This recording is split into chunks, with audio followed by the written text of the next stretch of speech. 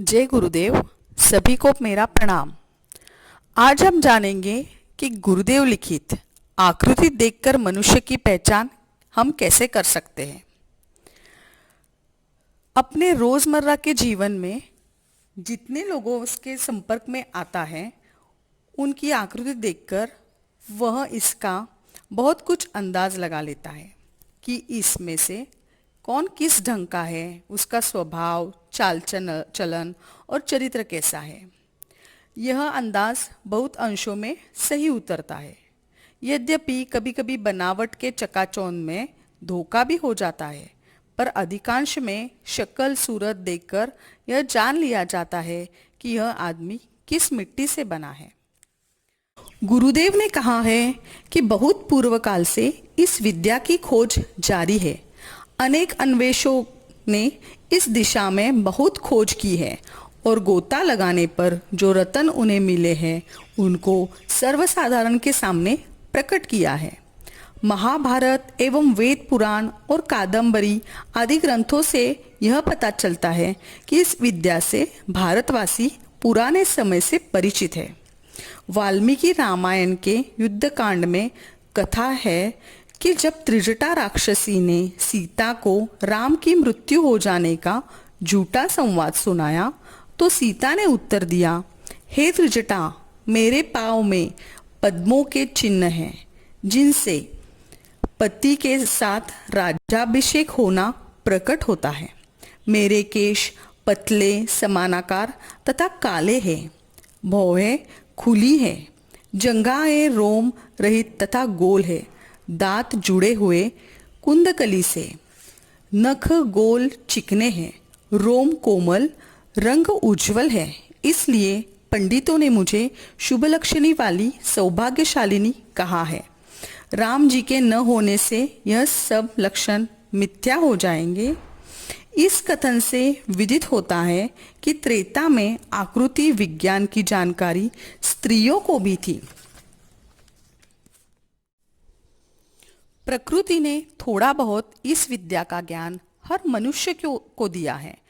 प्रायः देखा जाए तो छोटे बच्चे भी लोगों की शक्ल सूरत देखकर कुछ धारणा बनाते हैं और उसी के अनुसार बर्ताव भी करते हैं। साधारणतः हर मनुष्य किसी दूसरे पर दृष्टि डालकर यह अंदाज लगाता है कि यह आदमी विश्वास करने योग्य है या इससे बचकर दूर ही रहना है।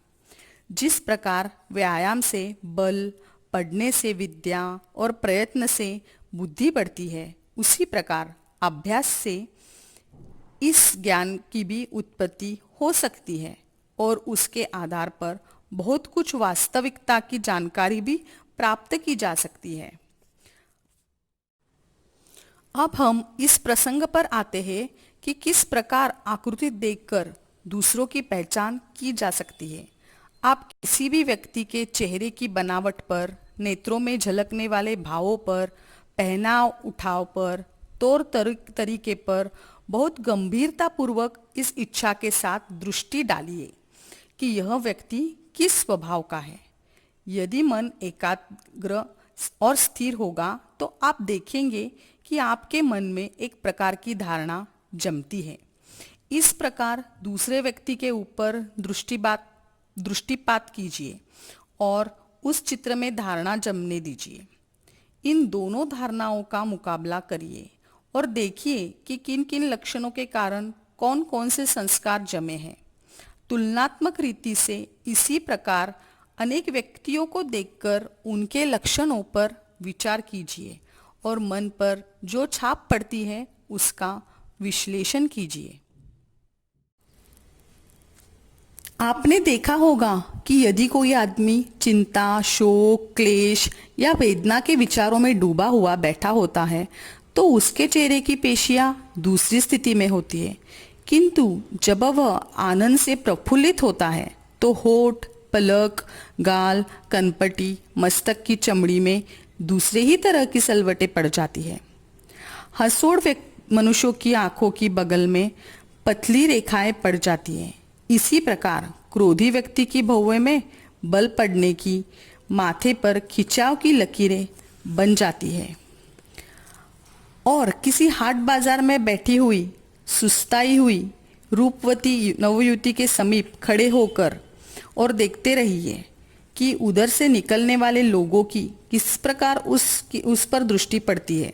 स्त्री, पुरुष, बालक, वृद्ध, बालिका की दृष्टि उस युवती पर जाएगी, पर उनमें एक दूसरे की अपेक्षा बहुत अंतर होगा। किसी की दृष्टि में वासना, किसी की दृष्टि में कामुकता, किसी में स्नेह, किसी में भूख, किसी में लालच, किसी में कूढ़न, किसी में तिरस्कार, किसी में वैराग्य, किसी में घृणा भरी हुई भावना आपको दिखेगी। यह विभिन्नताएं बताती है कि उन देखने वालों में किस किस का कैसा कैसा स्वभाव होगा। हाँ, और एक महत्वपूर्ण बात, कभी कभी आकृति विद्या के आधार पर कही हुई कुछ बातें ठीक नहीं बैठती। इसके दो कारण हैं। एक तो यह कि उस व्यक्ति ने अपना स्वभाव बदल डाला है, किंतु शरीर पर प्रकटित चिन्हों को बदलने में कुछ अड़चन हुई हो, अथवा नए चिन्ह अभी प्रकट न हुए हो।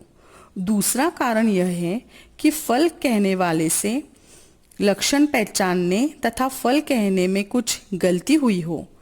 इन कठिनाइयों को ध्यान में रखते हुए सब असफलता मिले तो हताश न होकर कारण को खोजना चाहिए और एक अन्वेषक की भांति वास्तविकता का पता लगाते हुए इस विज्ञान को आगे बढ़ाने में सहायता करनी चाहिए। अभी मैं यहीं पर विराम देती हूँ। अगले भाग में हम जानेंगे कि व्यक्ति के बाल, नेत्र, भौवें, नाक, दांत, होठ, गर्दन, कान, मस्तक, गाल, पीठ, छाती, पेट, बाहें, रहन सहन से भी हम कैसे पता कर सकते हैं कि वह व्यक्ति कैसा होगा, उसका स्वभाव कैसा होगा। यह अब हम अगले भाग में जानेंगे। जय गुरुदेव।